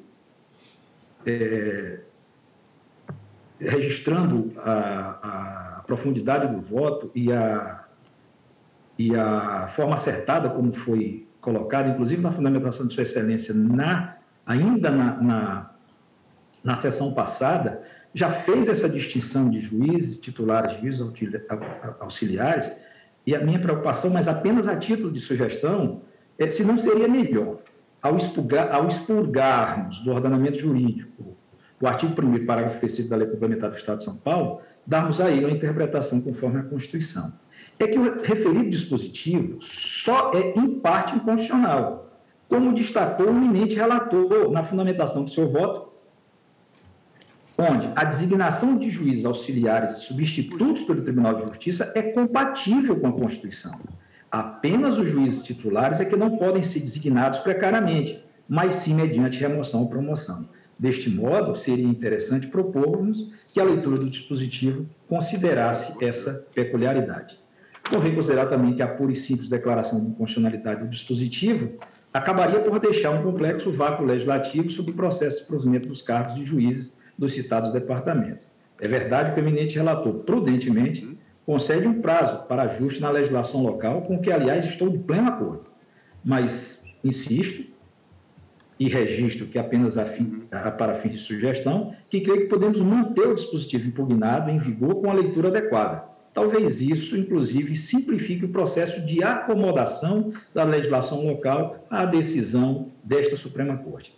Por todas essas razões, não conheço da ação quanto à resolução, conheço quanto à impugnação da Lei 1.280 de 2013 para julgar parcialmente procedente, acompanho o relator, mas deixo registrada a minha sugestão de dar interpretação conforme a Constituição, ao artigo 1º, parágrafo 3º da Lei Complementar 1.208 de 2013, de modo a especificar que as unidades do Departamento Estadual de Execução Criminal e do Departamento Estadual de Inquéritos Policiais devem ter... Na pauta DI 5070, requerente PGR. Para tais cargos, relator é o ministro segundo Luiz os padrões Fux. de promoção que se praticam para as titularidades das varas ordinárias da Justiça Local, sem prejuízo da designação temporária de juízes auxiliares ou substitutos pelo Tribunal de Justiça, em caso de necessidade dos serviços devidamente justificados. Estou de pleno acordo também quanto à modulação dos efeitos da presente decisão, que apenas deve produzir efeitos depois de transcorrido 24 meses da data da publicação e de julgamento. E, mais uma vez, senhora presidente, elogiando o voto extremamente técnico do relator, registro apenas a título de sugestão uma pequena alteração na parte dispositiva como voto. Muito obrigada, ministro Nunes Marques. Eu ouço o ministro Dias Toffoli, que pediu para se manifestar. Senhora presidente, tanto o ministro Luiz Roberto Barroso fez algumas ponderações... À direita da mesa, em formato da letra U invertida, quem fala é o excelentíssimo ministro relator do feito, ministro Dias Toffoli. Uma pequena distinção na parte dispositiva. Eu vou refletir sobre isso, mas eu gostaria de ouvir o colegiado. Nós estamos no colegiado, é uma matéria, uma questão técnica, e penso que estarei aberto. Eu queria já adiantar que estarei aberto, se for da vontade da maioria, uma solução. Ministros julgam criação de Departamento Estadual de Execuções Criminais e do Departamento Estadual de Inquéritos Policiais do Judiciário de São Paulo. O ministro Nunes Marques, pelo que eu compreendi, ele propõe uma interpretação conforme para que nós excluamos ou titulares, reservemos aos juízes titulares a garantia da inamovibilidade. Com sua permissão, presidente, pelo que eu compreendi, esse é o entendimento do eminente relator. O voto do relator, ele traz essa distinção, declara essa inconstitucionalidade das varas, mas ressalva, e hoje foi muito bem destacado, que quanto aos juízes auxiliares não haveria essa inconstitucionalidade. Excelentíssimo senhor ministro Nunes Marques. A minha sugestão, e apenas a título de sugestão, se a Corte entender de forma contrária... que as designações de juízes auxiliares e substitutos já têm as suas disciplinas, então a minha preocupação... Dias Toffoli, ministro relator. E sempre com aquela preocupação também, nós estamos aqui a julgar um caso que reflete em toda a nação brasileira, em todos os 26 estados, em todo o Distrito Federal. Então, também uma preocupação com o todo do nosso Estado federado. E, na verdade, Vossa Excelência propõe uma declaração de nulidade com redução de texto. E excelentíssima senhora ministra Rosa Weber, presidente do Supremo Tribunal Federal. E penso que agora ouviremos uma outra corrente. Vamos lá. Presidente. Pois não, ministro Luiz Roberto. Me permite. Eu não tenho nenhuma divergência, tampouco. Acho que menor ainda do que a do ministro... Intervém o excelentíssimo senhor ministro Luiz Roberto Barroso, vice-presidente do STF. Como nós não estamos conhecendo da resolução e ela tem um dispositivo que é claramente incompatível com a tese proposta pelo ministro Dias Toffoli. Qual foi a tese? O fundamento do voto do ministro Dias Toffoli é que o princípio do juízo natural e da inamovibilidade é incompatível com a discricionariedade do Conselho Superior da Magistratura na designação de juízes, o que eu estou de pleno acordo. A resolução diz que o Conselho, esse que não pode designar, pode destituir discricionariamente. E eu acho que aplica-se a mesma lógica. Não pode designar e, menos ainda, pode destituir discricionariamente. Como nós não conhecemos da resolução, por uma razão técnica com a qual eu estou de acordo, meu comentário foi ou o ministro Dias Toffoli incluir como obter dito, ou já fica implicitamente assentado que aquele dispositivo da resolução não pode subsistir. O ministro Dias Toffoli comentou há pouco que entende que, caindo o dispositivo legal, a resolução precisa ser refeita. Mas é que nessa parte, a resolução não regulamentou o dispositivo legal. Ela inovou, criando uma possibilidade de destituição que não estava na lei, de modo que me pareceu bem deixar explicitado, como decorrência do fato de que não pode designar discricionariamente, menos ainda poderá destituir discricionariamente. É só esse ponto, presidente, não há uma divergência, é só uma extensão lógica do que assentou o ministro relator. Como eu adiantei, estarei aberto, se for o caso, até para conhecer, eventualmente, e por arrastamento, declarar esse dispositivo. Vamos ver os debates. Da mesma forma, ministro Toffoli, eu já adiantei que acompanho Vossa Excelência. É apenas uma sugestão da redação. Diante do mal, já estou acompanhando Vossa Excelência. Mas se a maioria entender dessa forma, assim a consagraremos. Obrigada, ministro Nunes Marques. Faltam 7 minutos, ministro Alexandre de Moraes. Vossa Excelência escolhe vota agora ou vota depois do intervalo? Presidente, eu não falarei em 7 minutos, uns 15 minutos, 27 eu não falarei. Vamos ouvi-lo? Porque eu tenho algumas audiências, mas tipo de pequeno. 15 minutos não teria problema, só não sabia a extensão do voto de Vossa Excelência. Não, eu vou resumir, eu já adianto que eu vou divergir. Não resuma, o tema é importante. Eu já adianto que eu vou divergir do eminente relator, já havia conversado com ele. Veja, qual a situação aqui do DIPO e do DECRIM?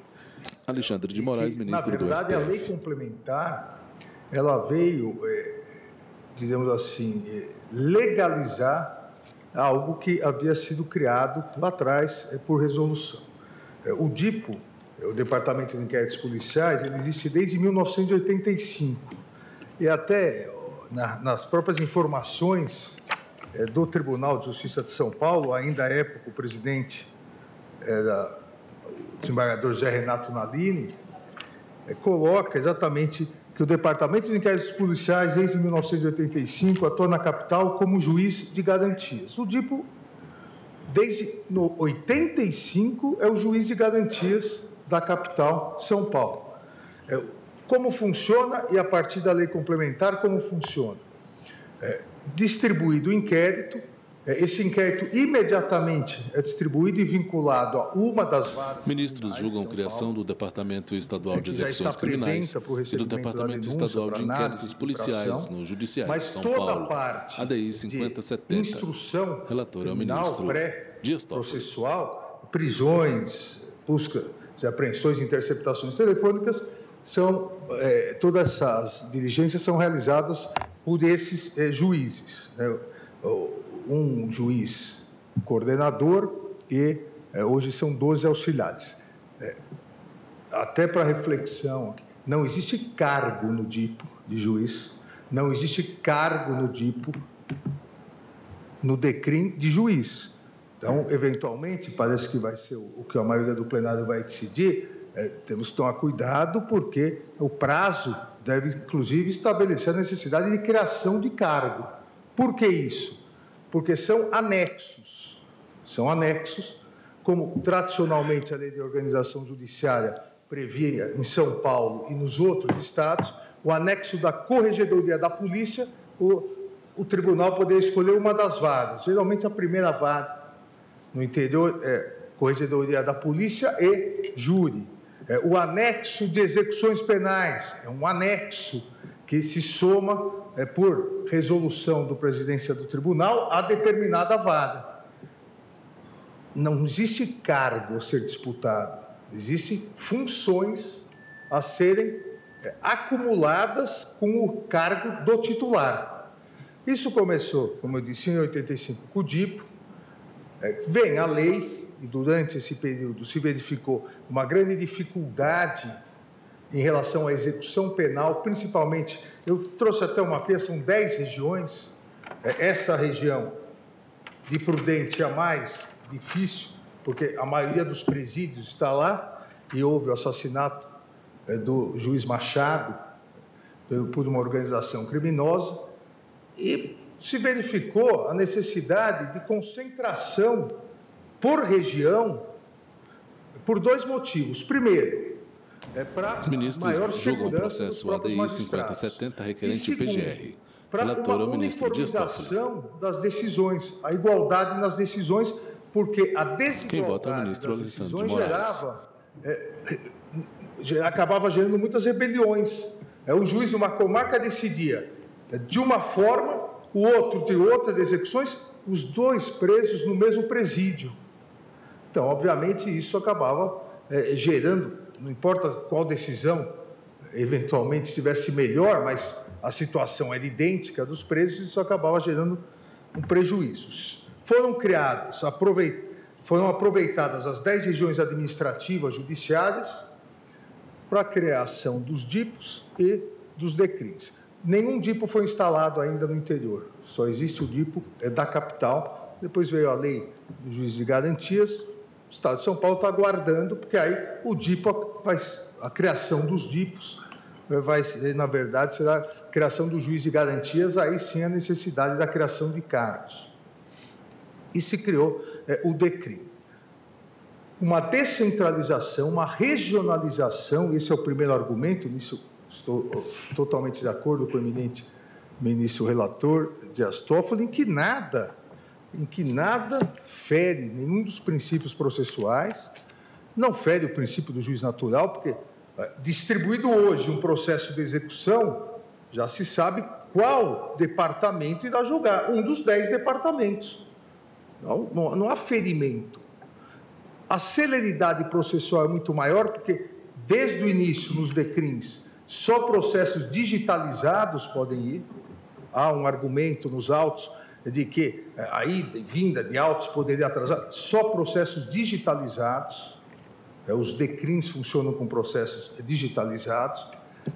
E eu disse na sessão passada, e reafirmo e acredito nisso, isso é o futuro. A descentralização, a regionalização, seja na justiça ambiental, na justiça civil ambiental, na justiça e há varas já especializadas empresariais, e seja no crime, seja no combate ao crime, na justiça penal. A regionalização é muito importante, porque não é na comarca que os crimes mais graves são praticados, principalmente a criminalidade organizada.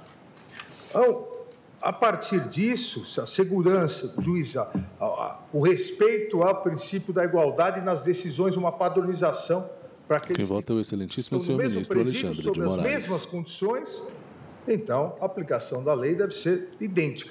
Até o tribunal reformar uma decisão ou outra, isso acarretava uma insegurança muito grande internamente. Vem a lei e cria anexos, não cria cargos, cria anexo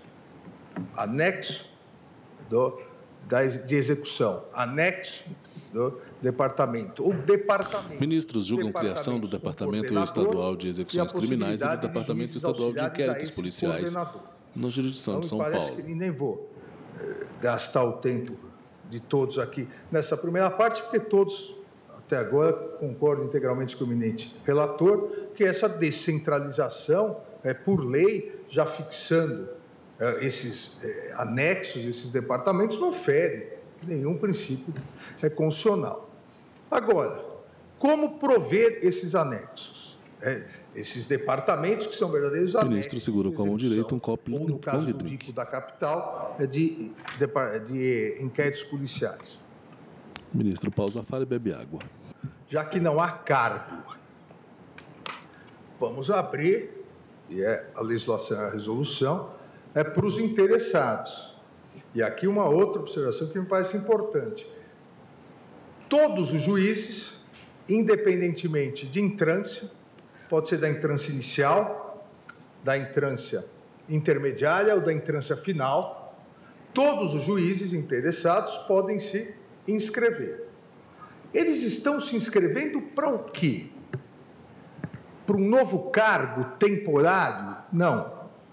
Eles mantêm o seu cargo. Então, eu sou o terceiro juiz criminal de São Bernardo do Campo. Eu me inscrevo, eu continuo como terceiro juiz criminal de São Bernardo do Campo, eu me inscrevo para acumular funções do anexo de execuções penais. Eu continuo com o meu cargo, eu não perdi o meu cargo, eu acumulo por uma remoção temporária, cumulativa, para também exercer essas funções.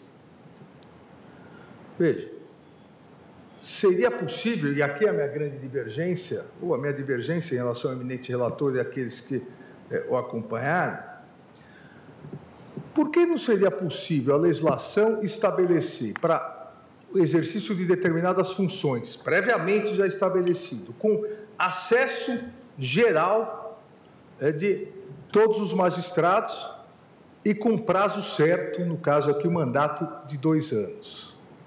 É mais ou menos o que se faz no Superior Tribunal de Justiça, quando se quer um desembargador substituindo um ministro pela vaga. Há uma inscrição, há uma escolha do desembargador e o desembargador vai prestar essas funções. Ele não é ministro do STJ. Ele não foi indicado pelo presidente da República, ele não foi sabatinado e aprovado pelo Senado Federal. A lei estabelece um mecanismo excepcional, enquanto não houver vaga, temporário, e mais, num determinado momento, ele pode ser devolvido, o desembargador. A Justiça Eleitoral, foi citado aqui, inclusive, pelo ministro Nunes Marques. A Justiça Eleitoral. É que você está sendo super didático, isso é um dado importante. Essa lei, ela é de iniciativa do Poder Judiciário? Sim, lei de iniciativa do presidente do Tribunal de Justiça. Os ministros ficam um de frente para o outro. De organização judiciária, alterando, inclusive criando os cargos de coordenador. E esse juiz de São Bernardo, ele é titular. Não, ele é titular no meu exemplo, da terceira vara criminal de São Bernardo. E aí é o anexo, mais ou menos como era. Substituto. Como era antes. Antes, o que poderia fazer? O presidente do tribunal poderia designar o anexo da penitenciária de São Bernardo para a vara dele. Certo. Ministro. E ninguém falava nada, porque era um anexo. Literalmente é o caso da Justiça Eleitoral. O Tribunal de Justiça, o Tribunal Regional Eleitoral, a ministra Carmen Lúcia. Esquerda, conforme o local da mesa, a excelentíssima senhora ministra Carmen Lúcia, funções além das dele. À esquerda do ministro Gilmar Mendes, claro, os juízes eleitorais. E à direita do ministro Luiz Fux. Segundo exemplo que eu ia dar, a Justiça Eleitoral. O juiz passa por um processo seletivo, diferenciado, porque é o órgão, em São Paulo, por exemplo, é o órgão especial que vota. Mas é um credenciamento. E aí, credenciamento, quem quiser. E aí ele vai para um mandato de 2 anos, possível a renovação. Nesse caso, como se dá, então? E aí, a análise do ferimento ou não ao princípio do juiz natural e inamovibilidade. Não me parece, eu começo do inverso, inamovibilidade, porque desde o início, todos os juízes que se inscrevem, a lei estabelece isso, sabem que é para um prazo certo.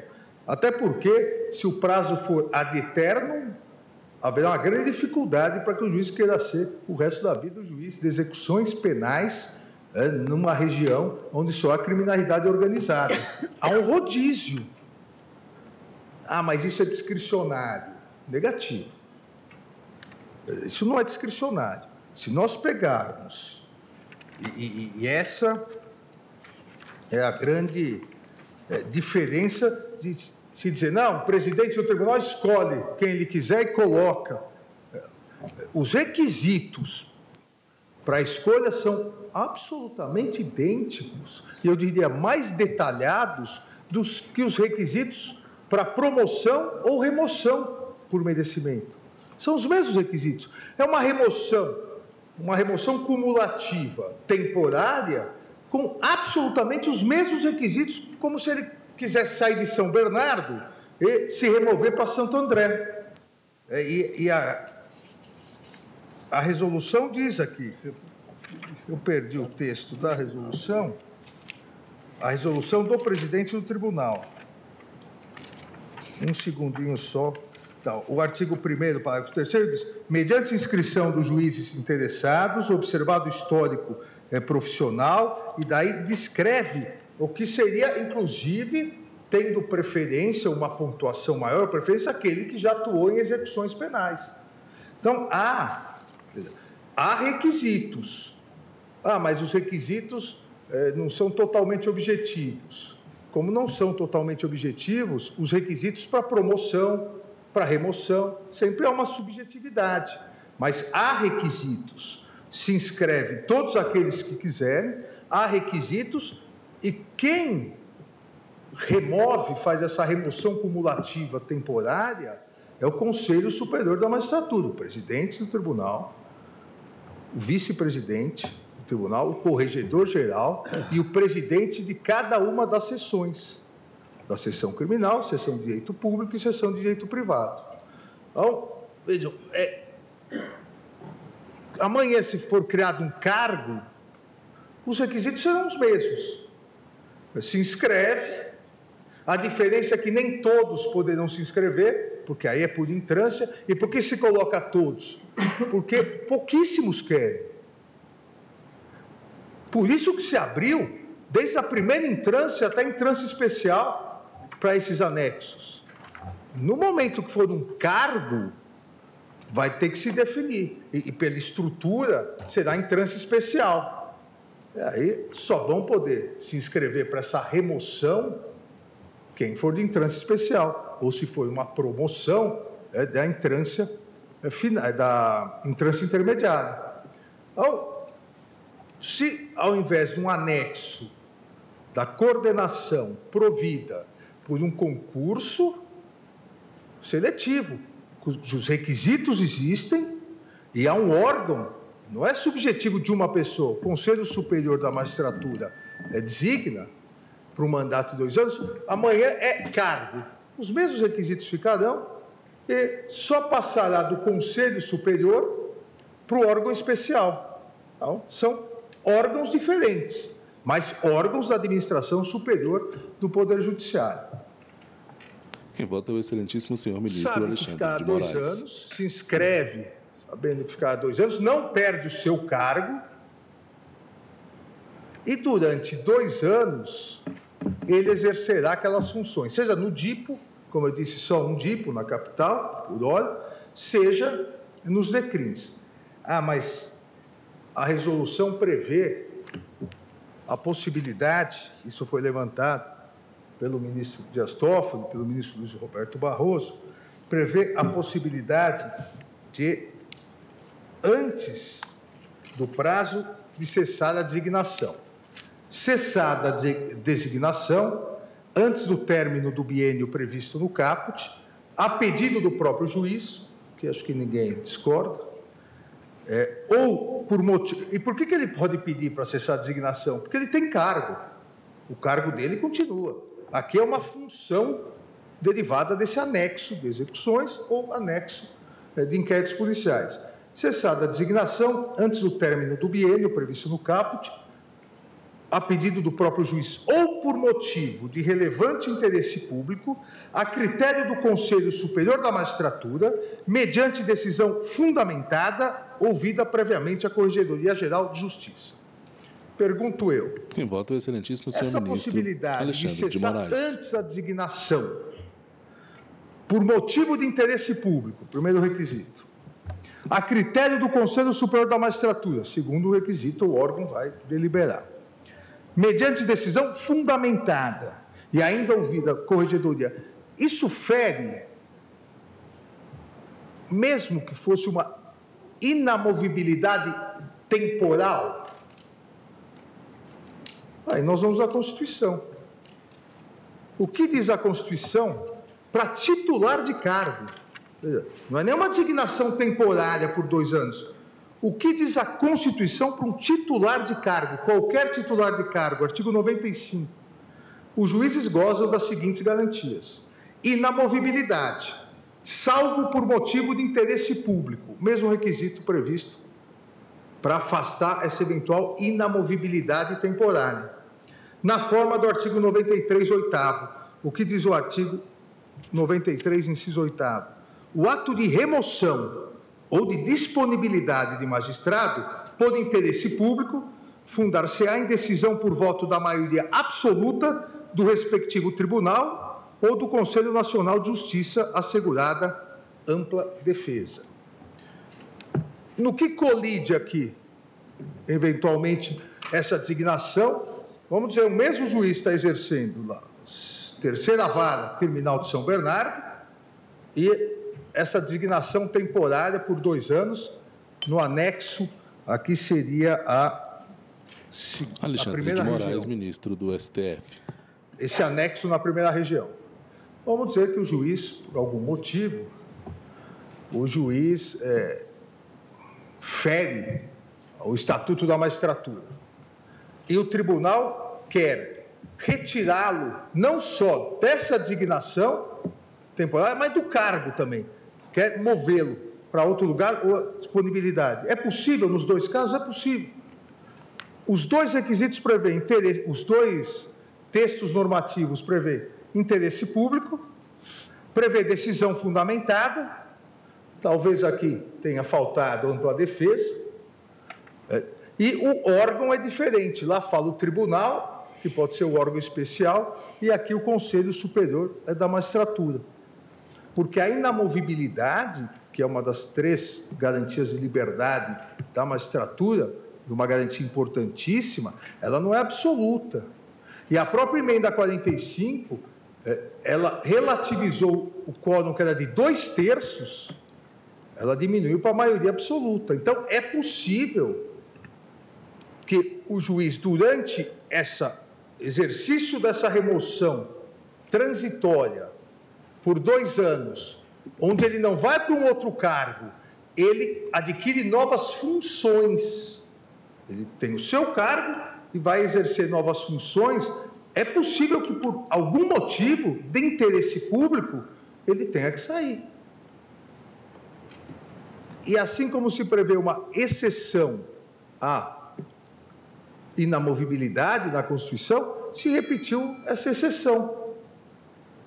O interesse público, o órgão de administração superior, e aqui eu só acrescentaria que a previsão, mediante decisão fundamentada da maioria absoluta, acho que deveria constar ou ser interpretada como maioria absoluta, porque aí é absolutamente idêntico à Constituição.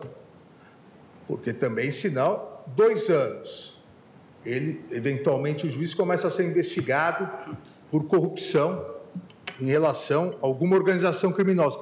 Ele pode até se afastar do cargo e não pode a designação cessar, desde que siga os mesmos requisitos constitucionais, me parece que não há nenhum problema. Ministro, Vossa Excelência me permite uma parte. Essa questão é realmente muito interessante. Intervém o excelentíssimo senhor ministro Ricardo Lewandowski. Demanda mesmo uma reflexão mais aprofundada.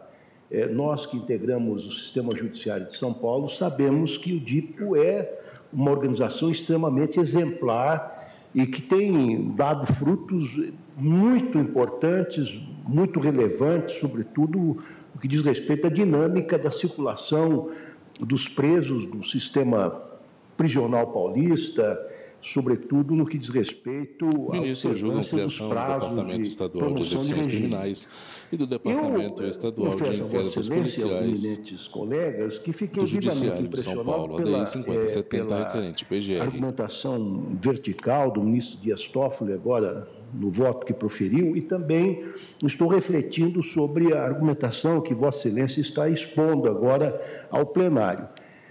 Uma coisa que me preocupa, de certo modo, e agora estou conferindo aqui na LOMAN, que é a Lei Orgânica da Magistratura, a remoção, a rigor, é sempre uma penalidade. Por força do artigo 45, inciso 1º da LOMAN. Então, pode sim um juiz ser removido por motivo de interesse público, em escrutínio secreto, pelo voto de 2/3 de seus membros, e aí esse artigo seguinte ao 45, 46, remete a um rito muito especial, complexo, que pressupõe a ampla defesa. O que me parece que está ocorrendo neste caso, no DIPO, esta remoção contra a qual o ministro Toffoli se insurge, que a rigor seria, segundo a LOMAN, uma penalidade, ela pode ser, digamos assim, aplicada, essa remoção, ou levada a cabo, tendo em conta algum interesse público relevante ou algum interesse administrativo. Nesse sentido, é que eu quero manifestar a minha perplexidade. Eu quero crer que, tanto na lei complementar quanto na resolução, há uma, digamos assim, uma facilidade excessiva na remoção dos magistrados, incompatível, em tese, com os ditames constitucionais. Essa é a reflexão que eu me permito fazer a Vossa Excelência. Veja, ministro Lewandowski, na verdade, existem duas espécies de remoção. A remoção como sanção e a remoção por interesse público, que foi, inclusive, constitucionalizada em 88. O ministro Alexandre de Moraes, caso, nem ministro sempre do STF. Essa remoção por interesse público é uma sanção. Na verdade, por isso que se fala, interesse é público. Há vários casos, mesmo em São Paulo, onde, por exemplo, o juiz se incompatibilizou, sem citar nomes e sem citar comarcas, em virtude de algumas portarias do juiz da infância de uma determinada comarca pequena, ele se incompatibilizou com a sociedade local. Se incompatibilizou totalmente para o interesse público. Aquela incompatibilidade, ele não praticou nenhum ato legal, mas aquela incompatibilidade com a comarca, com o judiciário, isso estaria ferindo o interesse público. Ele foi movido por uma outra comarca sem nenhum sancionamento, não houve sanção. E por isso que a própria Constituição, ela, depois da emenda 45, diminuiu para a maioria absoluta o que era a previsão de 2/3 da LOMAN e a previsão original da Constituição em 2/3. Mas eu vou... Um outro detalhe que também é importante, e aqui se assemelha muito ao eleitoral. Por que a previsão de 2 anos também? Se de um lado, no caso do DECRIM, há esse perigo de poucos quererem, por outro lado, principalmente no DIPO, a renovação é importante porque é um cargo extremamente poderoso. Você, numa região toda, no caso da capital, é quem decreta todas as interceptações telefônicas, todas as prisões. É uma concentração de poder que se entende como no eleitoral, em virtude do contato com o mundo político, se entende que a renovação é importante e não a criação de um cargo. Então, são critérios que não me parece ferir a Constituição. Ministro Fux, desculpa. Não, eu apenas lembrar que há tribunais que fazem remoções antes de iniciar a promoção. Também há, na verdade, eu aqui me penitencio, Vossa Excelência me lembrou, são 3 espécies de remoção. A remoção como deslocamento na carreira, a remoção voluntária, a remoção sanção e a remoção por interesse público, exatamente. Sendo que a remoção sanção só existe para o magistrado, porque remoção no direito administrativo em geral é por necessidade do serviço. Ela não é Carmen Lúcia, ministra do STF. Quando em outros casos que não a magistratura é determinada, é considerado desvio de finalidade e nula. Exatamente. Agradeço o complemento. Então, presidente, não me parece ferir a inamovibilidade, porque mesmo que entendamos que seja uma inamovibilidade temporária, assim como temporária é o mandato de 2 anos, a quebra dessa, entre aspas, inamovibilidade temporária, dessa designação por 2 anos, ela só poderá se dar pelos mesmos requisitos que a inamovibilidade geral se dá. Interesse público, decisão fundamentada, e aqui, como eu disse na minha interpretação, eu completo maioria absoluta e garantida ampla defesa. Não me parece que fere o juiz natural. O juiz natural, a Constituição, tem o inciso 37, o inciso 53 do artigo 5º, tem o seu duplo aspecto. Veda tribunais de exceção, isso não é um tribunal de exceção, porque é um órgão do judiciário criado por lei. Tanto o Departamento de Inquéritos Policiais, quanto o Departamento de execuções criminais.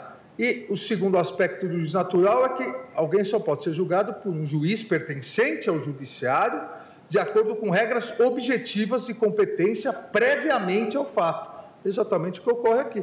Quando for distribuído o inquérito hoje, já se sabe que ele está vinculado a uma vara criminal, mas todas as decisões judiciais proferidas durante o inquérito serão dadas pelo DIPO. Quando se distribui uma execução penal, já se sabe que todas as decisões serão proferidas por um dos departamentos. Então, não me parece também ferir o princípio do juiz natural. Então, presidente, pedindo todas as vênias ao eminente relator. Eu conheço, da mesma forma que Sua Excelência, conheço da ação direta, não conheço da resolução, mas eu julgo improcedente a ação para declarar a constitucionalidade da Lei Complementar Paulista 1208 de 2013. É o voto, presidente. Senhor presidente, eu vou ser muito rápido nessa intervenção, serei rapidíssimo. Excelentíssimo senhor ministro Luiz Fux. Elas, de alguma maneira, elas têm uma imbricação com um processo que eu vou trazer no prazo regimental. E eu não gostaria de incorrer em nenhuma incoerência, porque pior do que o... Luiz Fux, ministro do STF. Incoerente. Então, eu, independentemente dos colegas que desejarem votar, eu vou pedir a vista regimental, porque eu achei que aqui foram suscitados muitos argumentos que não tinham me passado, tanto pelo ministro Lewandowski quanto pelo ministro Alexandre de Moraes, porque isso é algo muito peculiar de São Paulo e, de qualquer maneira, vai continuar funcionando, porque já está funcionando. Sim. Acho que eu não... Presidente, gostaria, se me permite, uma rápida observação?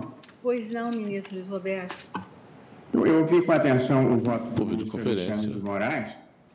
O ministro Alexandre de Moraes... Intervém o excelentíssimo senhor ministro Luiz Roberto Barroso, vice-presidente do STF. Dados que lá não estão. De modo que a leitura que Sua Excelência faz do dispositivo, se nós viermos a afirmar que essa é a leitura correta, eu não teria problema. O dispositivo fala: o Conselho da Magistratura designará os juízes que atuarão. Evidentemente, se designará, vírgula, de acordo com os critérios constitucionais adotados para a promoção e também, não está na Constituição, para a remoção a pedido, eu não tenho dificuldade. Porque se os critérios forem os constitucionais, aí cessa a discricionariedade. E mesmo que acrescentem alguns outros critérios, além dos constitucionais, eu também poderia estar de acordo. De modo que é uma leitura ou uma interpretação conforme o que Sua Excelência está dizendo, de que a indicação seguirá, embora não esteja dito ali, o critério constitucional. Se seguir os critérios constitucionais e não tiver discricionariedade, acho que eu e talvez o próprio ministro Toffoli, ninguém vai estar em desacordo. O que nos levou a considerar inválida a norma foi o teor que sugere discricionariedade. Se nós acrescentarmos que são os critérios constitucionais, tanto para a investidura, mesmo sendo anexo ou não cargo, não tem problema, senão basta você mudar a denominação e aí você faz o que quer. Portanto, mesmo que não seja cargo, os critérios têm que ser os constitucionais, tanto para investir quanto para destituir. Se essa for a leitura, aí não temos um problema. Ministro, permite um minuto, presidente. Não. Ministro Luiz Roberto, na verdade, aqui não foi uma interpretação conforme, é a resolução Alexandre de Moraes, ministro do STF. 2013 do Tribunal de Justiça ao regulamentar a lei. E eu rapidamente faço a leitura... Nós estamos julgando a lei, ministro. Sim, mas a lei... só pode mudar amanhã. A lei só pode ser aplicada mediante a resolução, senão é impossível saber se nós formos... Mas a lei só criou...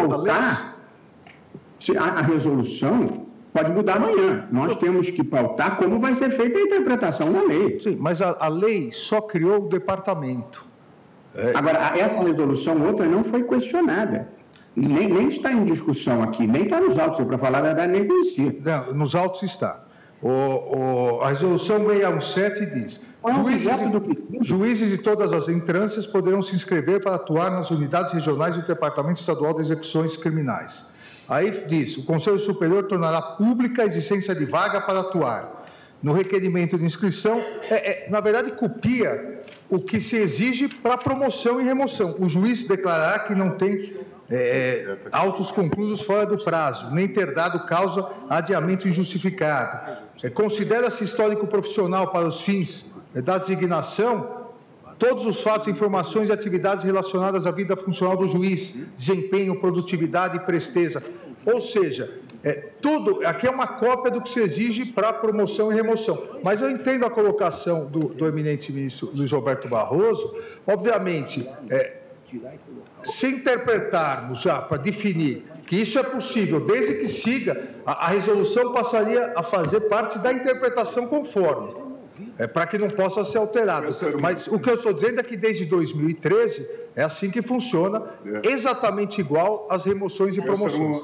Essa era uma observação. E se assim for, ministro Alexandre e ministra Rosa, se a regra for, segue-se os mesmos critérios da Constituição, aí acho que nós deixamos de ter um problema. Acho que é uma questão de reavaliar a situação concreta presente. Eu peço aos queridos colegas que nós continuemos no segundo tempo esse debate, que eu já imaginava que seria interessantíssimo, mas eu tenho 2 audiências com governadores de estado que estão me aguardando desde as 16 horas. Está suspensa a sessão pelo prazo regimental.